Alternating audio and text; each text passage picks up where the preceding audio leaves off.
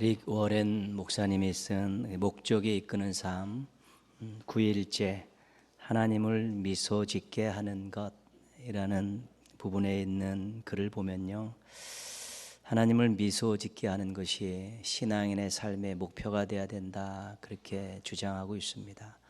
그러면서 하나님을 미소 짓게 한 사람으로서 노아를 이야기하면서 몇 가지 예를 제시했습니다. 하나님은 우리가 그를 가장 사랑할 때 미소 지으신다. 하나님은 우리가 당신을 온전히 신뢰할 때 미소 지으신다. 하나님은 우리가 마음을 다해 순종할 때 미소 지으신다. 하나님은 우리가 계속해서 당신을 찬양하고 감사드릴 때 미소 지으신다. 하나님은 우리가 능력을 사용할 때 미소 지으신다. 노아에 대한 부분은 특별히 하나님은 우리가 마음을 다해 순종할 때 미소 지으신다, 이 부분을 우리가 눈여겨볼 수 있습니다. 노아 시대 때 그 시대를 바라보면서 하나님께서 어떤 반응을 보이셨는가, 창세기 6장 6절에 나와 있습니다. 땅 위에 사람 지으셨음을 한탄하사 마음에 근심하시고. 그러니까 노아 시대를 바라보면 하나님 얼굴에 어이없음, 또 근심, 분노가 나타난 것이지요. 그런데 노아는 하나님의 명령에 순종해서 방주를 만들게 됩니다. 비도 오지 않는데, 여러 사람들이 주변에서 수근수근하고 있는데, 왜 그럴까 이해되지 않는 부분도 있는데, 어려움도 많은데 노아는 온전하게 방주를 만드는 일에 순종하고 있습니다. 그런 하나님의 얼굴에 미소가 올라오게 한 그 노아의 그 순종의 모습을 우리가 눈여겨봐야 되는 것이지요. 이해가 잘 안 돼. 어려움도 있고요, 주변 사람들도 수근수근 거리고, 환경을 봐도 필요할 것 같지 않은데, 그렇지만 노아는 하나님의 명령에 온전히 순종할 때 하나님께서 그 모습을 보시면서 미소를 지으셨을 거라는 것이죠. 요즘에 여러분을 보시는 하나님의 얼굴이 어떨까요? 나를 바라보시는 하나님의 얼굴이 어떨까? 바라기 원하기는 하나님이 우리 한 사람 한 사람을 보시면서 미소 지었으면 좋겠습니다. 특별히 하나님 말씀대로 살려고 노력하고, 또 순종의 자리에서는 정말로 하나님 앞에 겸손히 무릎 꿇는 그런 모습들을 가지고 하나님이 그 모습을 또 보게 됐을 때 하나님이 미소 지을 수 있는 것이지요. 하나님 말씀에 관심도 없고 또 순종할 의지도 없고, 이런저런 핑계대고 또 계산기 굴려서 손해날 것 같으면 되돌아서고, 또 그런 모습들을 가지고 우리가 살고 있으면 하나님 얼굴에 미소는 쉽게 올라오지 않게 될 것입니다. 모쪼록 하나님의 얼굴에 미소가 올라오게 하는 그런 신실한 신앙인들로 살아가시기를 주님의 이름으로 축복합니다. 아멘. 예수님께서 12 제자를 택하셨습니다. 그리고 그들과 숙식을 같이 하셨고 3년 동안 함께 사역하셨습니다. 제자들은 예수님의 발밑에서 말씀을 듣고, 또 예수님과 함께 다니면서 눈앞에서 기적이 일어나는 것들을 보았습니다. 그래서 예수님이 어떤 분이시고, 예수님은 어떤 생각을 가지고 계시고, 예수님은 얼마나 대단하신 분인가를 그들은 어느 정도 짐작하고도 남을 만한 충분한 시간들과 기회들을 가졌습니다. 근데 예수님과 제자들이 아주 공생의 끝까지 이게 하나 되지 않는, 그런 좁혀지지 않는 그런 부분이 한 가지 있었습니다. 그것은 뭐냐면 방향이었습니다. 인생의 방향이기도 하고 사역의 방향이기도 합니다. 예수님은 아래로입니다, 방향. 근데 제자들은 위로입니다. 정반대지요. 예수님의 인생과 사역의 방향은 아래쪽인데 제자들의 인생과 사역의 방향은 위쪽이라는 것입니다. 서로 반대로 달려가고 있고 서로 대치하고 있는 그런 상황입니다. 오늘 말씀도 그런 부분을 보여주는 말씀인데, 예수님 공생의 말년에 예루살렘으로 올라가는 길입니다. 십자가를 지러 올라가시는 길에 있었던 일인데 오늘 41절 말씀 보시면요. 열 제자가 듣고 야고보와 요한에 대하여 화를 내거늘 10대 2로 나누어져 있습니다. 10명은 막 화를 내고 막 꾸짖고 책망하고 그러고 2명은 어쩔 줄 몰라서 고개를 숙이고 있는 그런 상황입니다. 언짢은 일이 있었던 것이 분명합니다. 야고보와 요한이 무슨 일을 했길래 이 10명의 제자들이 그토록 그들에게 화를 내고 있었을까? 오늘 우리가 읽지는 않았지만 위로 올라가시면 37절에 나와 있습니다. 여짜오되 주의 영광 중에서 우리를 하나는 주의 우편에 하나는 좌편에 앉게 하여 주옵소서. 이 2명 형제가 다른 제자들 몰래 예수님을 찾아가서 청탁을 한 것입니다. 청탁한 내용은 뭐냐면 위로 올라가겠다는 것입니다. 예수님과 동등한 그 옆에 자리에 앉고 싶다는 것입니다. 위로 올라가서 예수님과 옆에 그 자리에 앉게 해달라고 청탁을 한 것이죠. 윗자리, 높은 자리를 자기들에게 달라는 것입니다. 40절 말씀 보시면 예수님께서 이렇게 말씀하시죠. 내 좌우편에 앉은 것은 내가 줄 것이 아니라 누구를 위하여 준비되었든지 그들이 얻을 것이니라. 2 제자가 원하는 높은 자리를 예수님께서 줄 수 있는 권한이 없다는 것입니다. 누구를 위한지 예비되어 있어 그 사람이 받을 것이라고 그렇게 말씀하시는데 실질적으로는 이 청탁을 거절하신 것입니다. 안 된다는 것이죠. 이 사실을 안 10명의 제자들이 왜 2 제자에게 화를 냈을까요? 선수를 빼앗겼다는 것이죠. 의리 없이 자기들끼리만 청탁을 했다는 것입니다. 결국 무엇이냐면 10명의 제자들도 야고보와 요한과 같이 똑같은 생각을 가지고 있었다는 것입니다.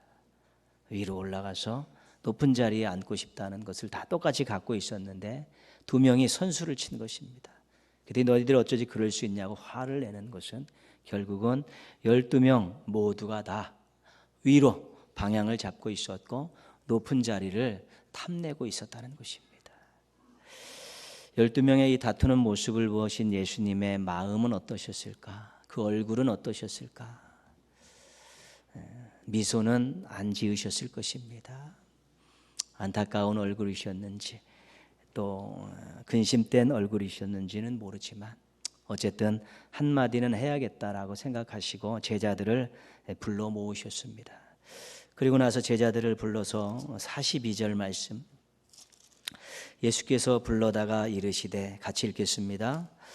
이방인의 집권자들이 그들을 임의로 주관하고 그 고관들이 그들에게 권세를 부리는 줄을 너희가 알거니와. 제자들의 지금의 모습이 이방인들의 모습이라는 것입니다. 특별히 집권자와 고관들은 높은 자리에 앉아있는 사람들입니다. 지금도 그렇지만 당대도 그렇고요. 높은 자리에 앉아있는 사람치고 자기의 영광을 위해 자기의 영달을 위해서 사람들을 함부로 취급하고 또 나쁜 짓을 서슴지 않고 저지르는 일들은 계속되는 것이지요. 너희들의 그 모습이 이방인들의 집권자들과 고관들의 모습이다. 그 자리에서 사람을 함부로 취급하고 자기 영광과 이익을 구하려는 그런 모습이 너희들에게서 보인다. 그러면서 43절 44절 말씀을 가지고 다시 한번 중요한 내용들을 설명합니다. 같이 읽겠습니다. 너희 중에는 그렇지 않을지니 너희 중에 누구든지 크고자 하는 자는 너희를 섬기는 자가 되고 너희 중에 누구든지 으뜸이 되고자 하는 자는 모든 사람의 종이 되어야 하리라. 너희 중에는 그렇지 않을지니 신앙인들은 신앙 공동체 안에서는 그러지 말아야 된다는 것입니다. 신앙인들은 그러면 안 된다는 것입니다. 신앙 공동체 안에서 그런 일이 있으면 안 된다는 것입니다. 위로 올라가 높은 자리에 앉아 사람들에게 유세나 떨고 갑질하는 그런 생각 가지고 그 자리에 위로 올라가려는 것은 애시당초 하지 말아야 된다는 것입니다. 아래로 내려가 섬기고 종의 모습을 갖는 것이 신앙인들의 모습이고 신앙 공동체 안에서 나와야 될 아름다운 모습이라는 것입니다. 예수님 얼굴을 본 제자들이 어쩔 줄 몰라 하겠지요. 깨갱거릴 수밖에 없는 것입니다. 자신들의 그 가득 찬 생각들, 12명 모두가 위를 지향하고 있는 그런 생각들이 예수님 말씀을 들어보니까 예수님은 아래로 가는 것들을 생각하고 있으셨다는 것이 3년 동안 따라다녔지만 여전히 예수님의 마음과 뜻을 헤아리지 못한 부분들 때문에 얼굴이 붉어지고 그들이 어쩔 줄 몰라 했을 것입니다. 3년 동고동락했던 제자들이 예수님의 마음과 뜻을 잘 몰랐습니다. 알았다 하더라도 그들이 자신의 뜻에 예수님의 뜻을 맞출 의지는 없었습니다. 그렇기 때문에 예수님과 정반대되는 방향으로 인생과 사역의 방향을 잡은 것입니다. 말씀을 늘 듣고 기적을 체험한 현장 속에 있었던 제자들이 예수님과 다른 생각을 하고 있었다는 것입니다. 그렇다면 우리들도 얼마든지 그럴 수 있습니다. 내가 잘하는 것 같고 내 생각이 옳은 것 같지만 때로는 그것이 예수님의 뜻과 반대될 수도 있고 예수님의 마음과는 전혀 무관한 것일 수도 있다는 것입니다. 그래서 우리가 말씀이 중요한 것입니다.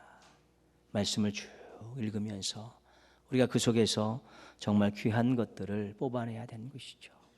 말씀을 읽는 방법들은 굉장히 많고 성경을 공부하는 방법들이 많이 있습니다. 그 중에 한 가지는 주님의 마음 알기 방법입니다. 성경을 읽으면서 하나님은 어떤 마음을 가지시고 이런 말씀을 하셨을까? 예수님은 어떤 생각을 가지고 이런 일을 행하셨을까? 주님의 마음을 헤아리는 것입니다.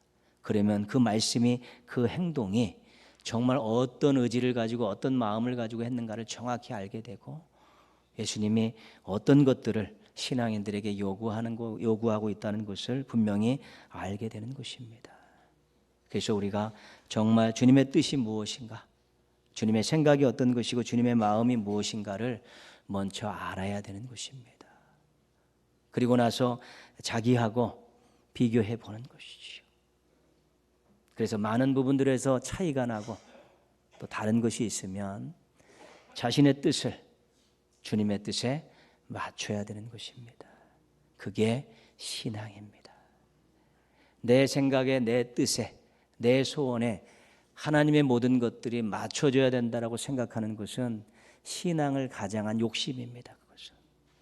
신앙은 하나님의 뜻을 찾고 그 뜻에 자신의 뜻을 복속시키는 것입니다. 그 뜻과 자신의 뜻을 맞춰가는 것입니다. 그런데 그 맞추는 것이 잘 안 될 때가 있고요. 또 맞췄다 할지라도 그것을 실제로 현장에서 행동하려고 순종하려고 보다 보면 안 될 때가 있는 것입니다. 그래서 주신 것이 기도입니다. 하나님, 제 뜻을 하나님 뜻에 복종시키기를 원합니다. 그런 마음을 주시고 그런 의지를 주시고요. 하나님 뜻과 제 뜻이 맞았는데 제가 현장에 오니까 자꾸 욕심이 생겨서 손해날까 두려워서 창피당할까 두려워서 하나님 뜻에 순종하지 못하는데 용기를 주십시오. 도전할 수 있게 해주시고 인내할 수 있게 해주십시오라고 기도하는 것입니다. 그래서 우리가 주님의 뜻을 발견하고 자신의 뜻을 거기에 맞추고 그 맞춘 뜻대로 살기 위해서 노력하게 될 때 하나님의 얼굴에 미소가 올라오는 것입니다. 중요한 것입니다. 그것이. 우리들은 부족한 사람들이고 연약한 사람들입니다. 그러나 도와주신다는 약속이 있고요. 손잡아 주신다는 약속이 있고요. 함께 하신다는 약속이 있기 때문에 얼마든지 기도하고 맡기면 우리들도 우리의 뜻을 접어서 하나님 뜻에 맞출 수 있고 그 뜻대로 살기 위해서 노력할 때 이로 조금씩 삶의 여러 가지 부분에서 우리들이 또한 하나님의 뜻대로 살아가는 놀라운 역사들을 경험할 수 있게 되는 것입니다. 하나님의 뜻을 잘 깨닫고 하나님의 뜻대로 살려고 노력해서 하나님의 얼굴에 환한 미소를 안겨드리는 우리 신실한 신앙인들 되시기를 주님의 이름으로 축원합니다. 45절 말씀입니다. 같이 읽겠습니다. 인자가 온 곳은 섬김을 받으려 함이 아니라 도리어 섬기려 하고 자기 목숨을 많은 사람의 대속물로 주려 함이니라. 아멘. 예수님께서 제자들에게 쭉 말씀하시면서 마지막 주신 말씀이죠.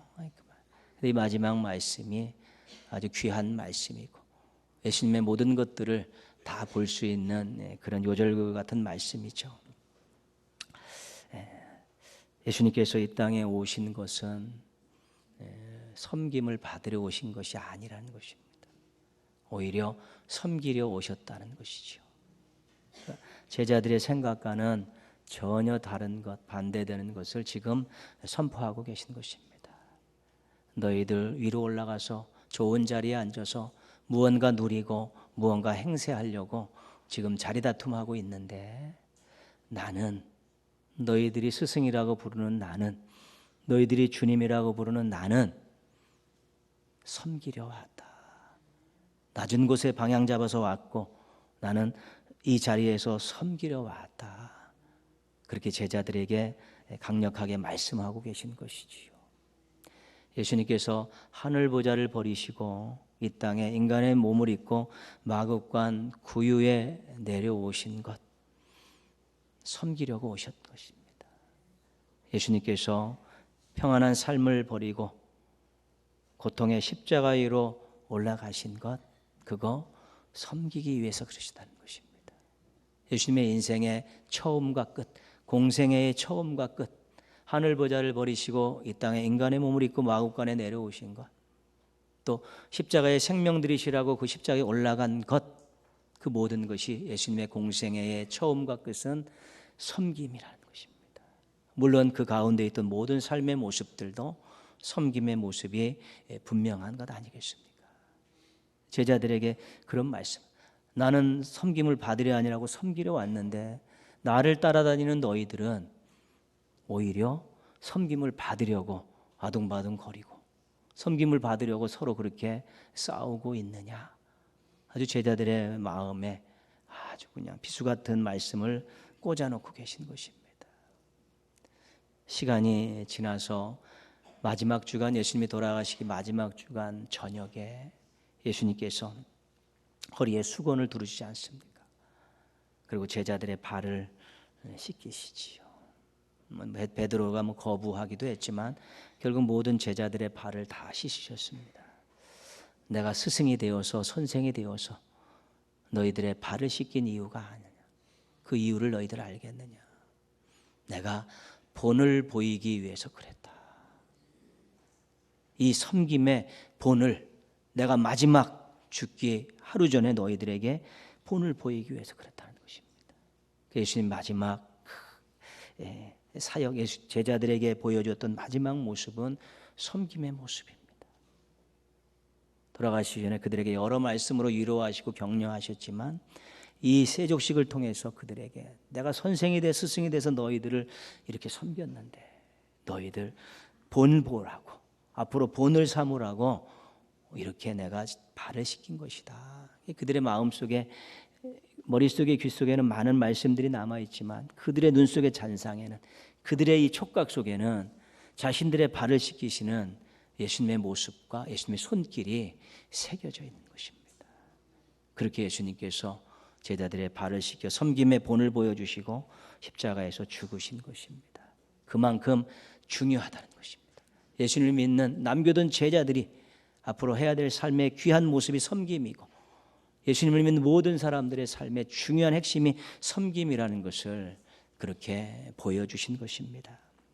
섬김은 낮아지는 것이죠. 방향이 아래쪽으로 가져 있는 것입니다. 예수님께서 하나님의 본체이시지만 그 모든 것들을 버리시고 인간의 형상을 입으셔 내려오셨다. 높고 높은 보좌에서 낮고 낮은 인간의 그런 구유로 이렇게 내려오신 그 방향이 낮아짐이었다는 것이고요. 섬김은 수고하는 것입니다. 예수님께서 많은 사람 찾아다니면서 공생의 기간 동안에 그들과 식탁을 나누시고 그들을 도우시고 그들에게 회복의 은혜를 주시고 말씀을 전하시면서 잠잘 시간도 부족할 정도로 부지런히 그렇게 수고하셨는데 그게 섬김이셨습니다. 섬김은 희생하는 것입니다. 예수님께서 십자가에서 대속제물로 돌아가신 것, 그게 섬김의 최고봉입니다. 오늘 여절 말씀에도 나와 있듯이 인자가 온 것은 섬김을 받으려 함이 아니라 도리어 섬기려 하고 자기 목숨을 많은 사람의 대속물로 주려 함이니라. 섬김의 최고의 모습이 십자가에서 자신의 생명을 희생하신 것이 말씀하고 계신 것이지요.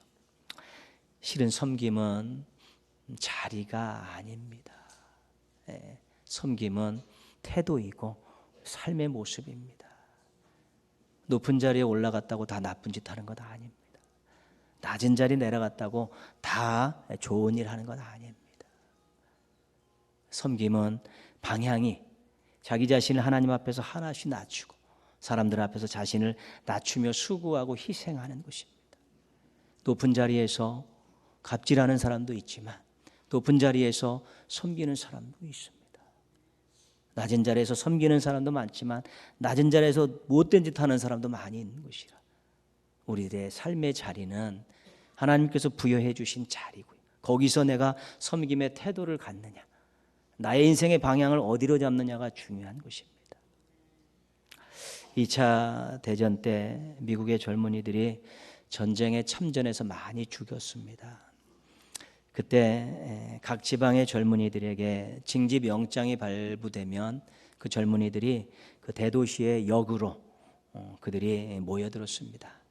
야간 열차를 타고 전장으로 투입되기 위해서 그런 것이지요.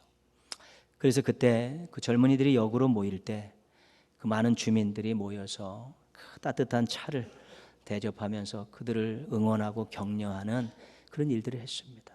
가면 못 돌아올 젊은이들 있죠. 자식 같은 젊은이들인데 전쟁터로 보내는 그 마음이 어떻겠습니까? 그러니까 마지막에 밤에 따뜻한 차 한 잔 마시고 응원하려고 모였습니다. 그때 다리를 쩔뚝거리면서 젊은이들에게 밤새도록 그 차를 대접하고 또 그들을 안아주고 응원하는 그 노인이 한 분 계셨습니다. 몸도 불편하시고 연로하셨는데도 그 일을 계속하는 것이지. 나중에 이제 밝혀졌는데 그분이 누구냐면 미국의 루즈벨트 대통령이었습니다.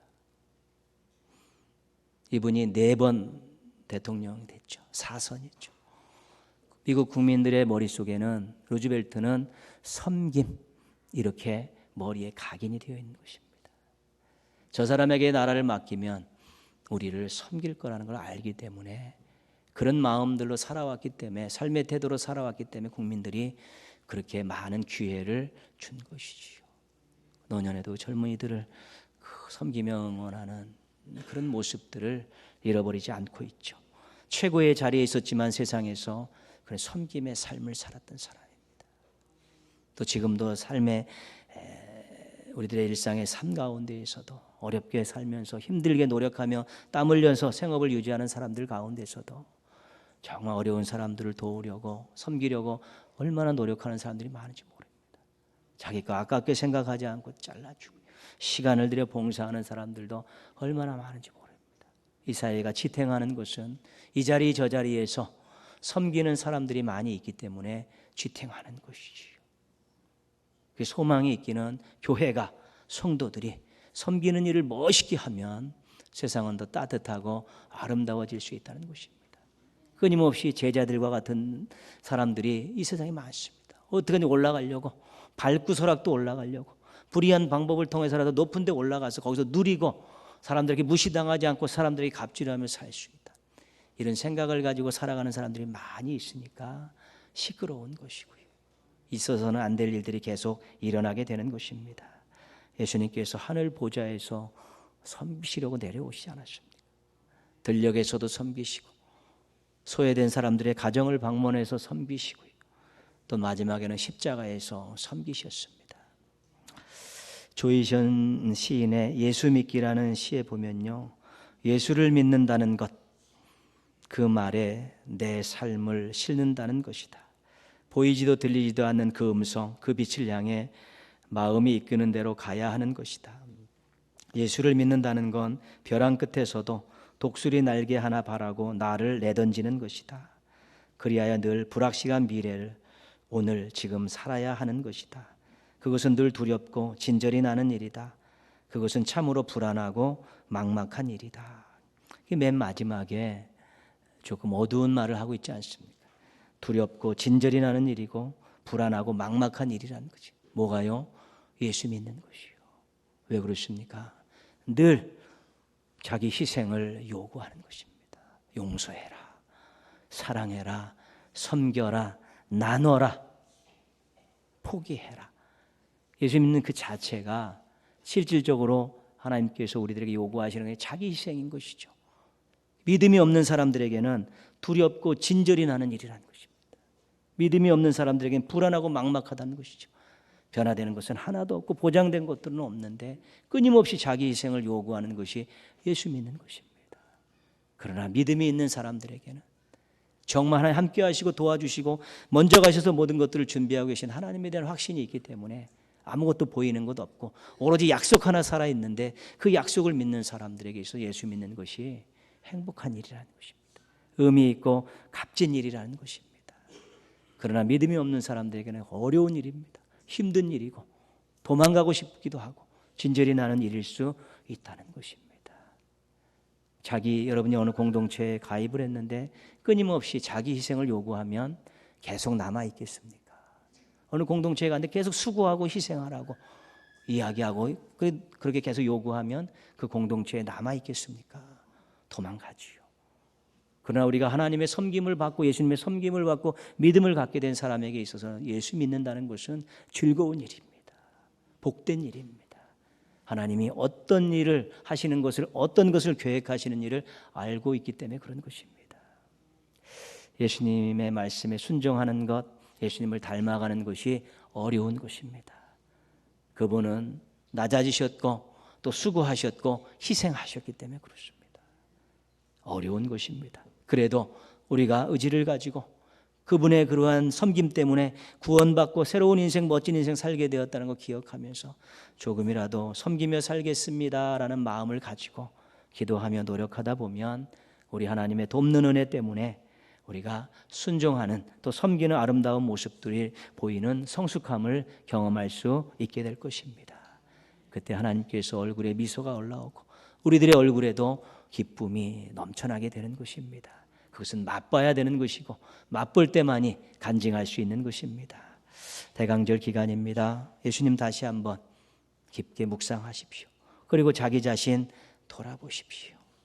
그리고 정말 나의 모습과 예수님의 모습의 큰 편차들을 바라보면서 이제 내가 예전은 예수님 닮아가고 예수님 뜻에 순종하는 의미에서 하나님 제가 작은 섬김이로 살아보겠습니다. 작은 섬김이가 되어보겠습니다라고 기도하고 결단하고 첫 발을 내디신다면 우리 하나님께서 정말 웃으시면서 그렇게 살아가실 수 있도록 도와주실 것입니다. 하나님의 얼굴에 미소를 안겨드리는 아름다운 섬김이들로 살아가시기를 주님의 이름으로 축원합니다. 아멘.